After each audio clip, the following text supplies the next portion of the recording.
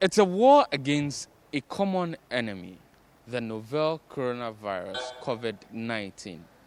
All institutions, health professionals are putting in their efforts to ensure that we're able to combat this particular virus that has brought life to a standstill. In Ghana, one particular group of people who are helping in this fight is the National Ambulance Service. They have an untold story. And in the Citi newsroom today, we are here to find out what they do. They've set up at the Accra Sports Stadium with a COVID-19 team. So join us on the Citi newsroom as we engage some of them to understand what exactly they do. As transport team and as National Ambulance Service and Organization, we serve as a bridge between the community and the hospital. So before we receive any case is being sent to the hospital, we serve as the link. And as we move these cases, we also provide the needed care and support for the patient before the patient gets to the treatment center. Can you tell us how many cases you've transported so far? Currently, as at yesterday evening, we've transported over 1,500 cases. That is nationwide. And Accra has transported almost 1,000 cases out of the 1,005, which is over 60% of the cases transported. Well, so I want you to take us around and show us what happens on a daily basis when officials and personnel report to the center. Okay. Basically, what we do in the morning is we have a dedicated team, as I said. So we all assemble here and we find out from them. We do debriefing, something we call debriefing. So we find out from them in the course of their duty the previous day, what happened, the challenges that they raise when we talk with them. We try to also address those challenges before they even start the day's activity. This car was used yesterday. So can you take us through what happened today with this particular car? Okay, what happened is once the car is ready to move, after the disinfection has been done, we do what we call daily checking. We check all the equipment in the car and we check that we have adequate PPEs. So what we do is, since we are transporting COVID cases, we always try to minimize contamination of the PPEs that we use. So we separate the PPEs from where the patient is. That is, we put it here. If I'm a personnel, what items should I take to be sure that I have everything intact? We call something IPC, infection prevention control measures, and something you can't always do. You can't do away with it. So the first thing that you step out as an EMT to provide care is to make sure that you have all your PPEs in stock. So they come and do that checking to make sure the PPEs are readily available before they move. And also check the equipment. Check whether you have oxygen in the oxygen cylinder, your flow meter is working. You check, we have a patient monitor. We check that all these equipment are working. The trolley, that is one of the major equipment that we use. So you need to bring it out and push it in to make sure that the trolley is in good condition before you step out. You can see the ventilator. The ventilator too is here. So you always have a ventilator in the ambulance. We always have ventilator in the ambulance because we don't know the condition of the patient, and when the need arises for us to ventilate the patient, we are always ready to do that. We've checked all these things. Everything is right. We are yet to get a call from the team suggesting that we have a case. What typically will be happening? Okay. What we do is we receive in the morning, we receive a data of the cases that we need to attend. So what we do is we assemble and tell the team members that you are going to this location to go and pick a patient. When the calls come or when the data come, they send it through WhatsApp to us. So what we do is we check the patient contact. We call the patient to tell him that we've been dispatched to come to your residence for you to be moved to the treatment center. So this is your workstation.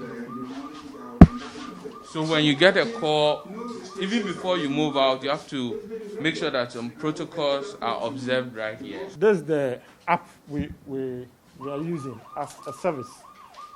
So if there is a call, if a call comes and the patient does not use the Ghana Post GPS, and we get the patient details and the exact location of the patient, this is the interface. So you come to what we call the district. Then you see add new district. So I'll come here and enter add new district. Okay, so I have to key in the patient's name.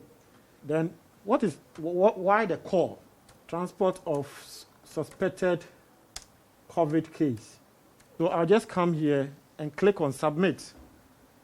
So it will send the information onto this tablet. So I'll look for the nearest ambulance from here. You see all these ambulances are active. That means they are ready on the ground to move to any emergency. So I'll look for the closest ambulance here. Okay, 649 is active. So now I'm going to dispatch the ambulance. So I'll just come here and click on what? Dispatch. So the ambulance is here. That is my location. So the ambulance will move. So you can hear. So the team moving, I've sent a distress to them. So they need to accept the distress. Then they will navigate their way to the patient residence. Now you've sent the distress to the team. We want to speak to some of the team members. When they get a distress like this, how do they feel? Though eager as a team to carry out their activities, accepting to take up the challenge months ago was a difficult one. The first day I was called to join the national COVID team, I remember I was so furious. I was like, why me? And then You thought it was a punishment? I thought it was a punishment. Seriously, I was so furious. I was so angry that day. I think I wept when I went back home. Wow. I did. They have had to deal with stigmatization and attacks from relatives of persons infected with COVID-19. Went to Esuchari to pick some cases. So after picking the patient, who is about 76 years, driving off to go and pick another patient, the son brought someone on a motorbike to come and intercept us. So we stopped and then asked what the problem was. And then he was like, whom did we ask permission from before taking the father? So upon talking about it, we realized that our lives were at stake, and then we had to release the man to the son so that he will allow us to go. So we released the father because the son was actually threatening us that he has a team that if we don't allow the father to go, he will bring his people to come and fight us. And we are EMTs, we don't carry guns. So if somebody confronts you like that and like we have to take our father, you don't have anything to do than to say, okay. Some also have had to live without their relatives for fear of transmitting the virus to them. A senior paramedic with the team tells me it took him 3 weeks to see his newly born baby. My wife delivered a bouncy baby girl, a beautiful one for that matter, on 22nd March. But because of COVID operations, I wasn't able to see my daughter for a good 3 weeks. I was even scared to approach them. I was living separately from them. They were with the grandmother. So anytime they call me, hey, are you not coming to see your beautiful daughter? I'm like, I'm scared. I don't want to bring COVID there. So that was something that I can't forget. But they still cheer themselves up to serve the country.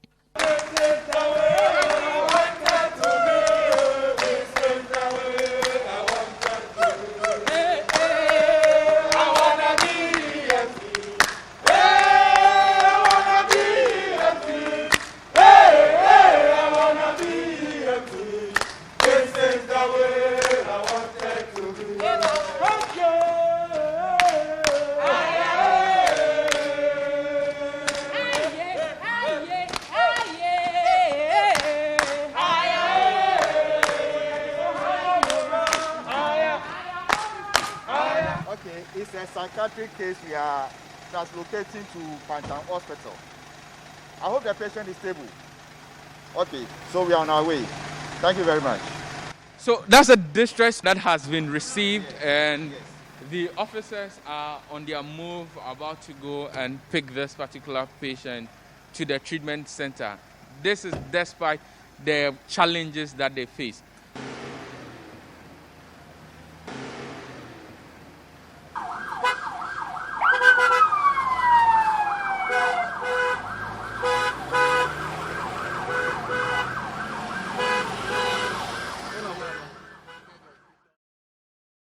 So we've arrived at the East Hospital. We are here to pick a patient and transport the said patient to the Pantan Hospital. What are you doing currently? I'm now donning my PPE. Then your face shield. Have your face shield.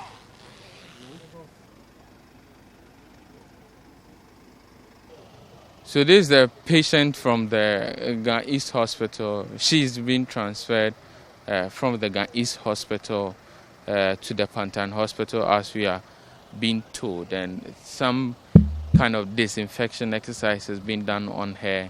Your people were talking about stigma.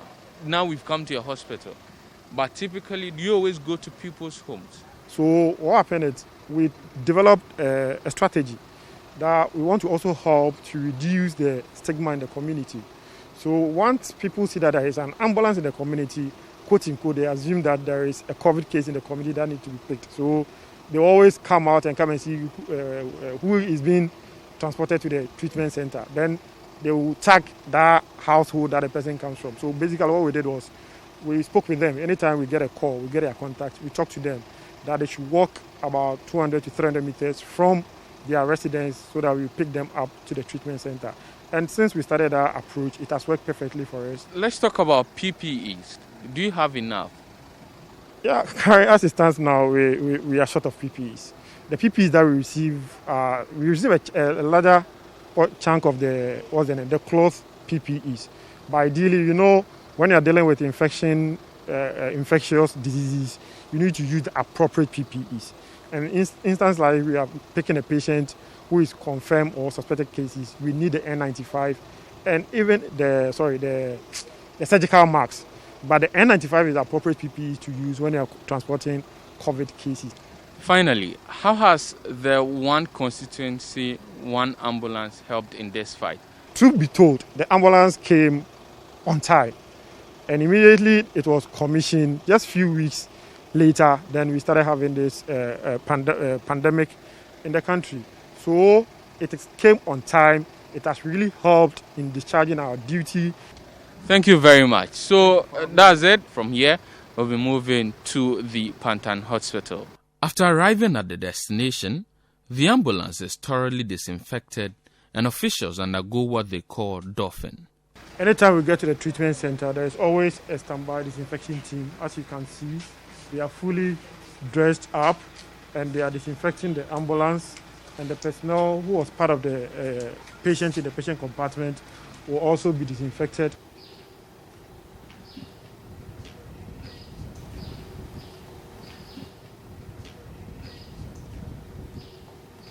Our friend here is done with his doffing, and he has safely transferred the patient from Gan East Hospital to the Pantan Hospital, where they have a holding area for COVID-19. How do you feel? It's not easy, but it's been parcel of us, so we are used to it. You're used to it? Yes. Are you sure you're safe? I'm safe. You're safe? You sure?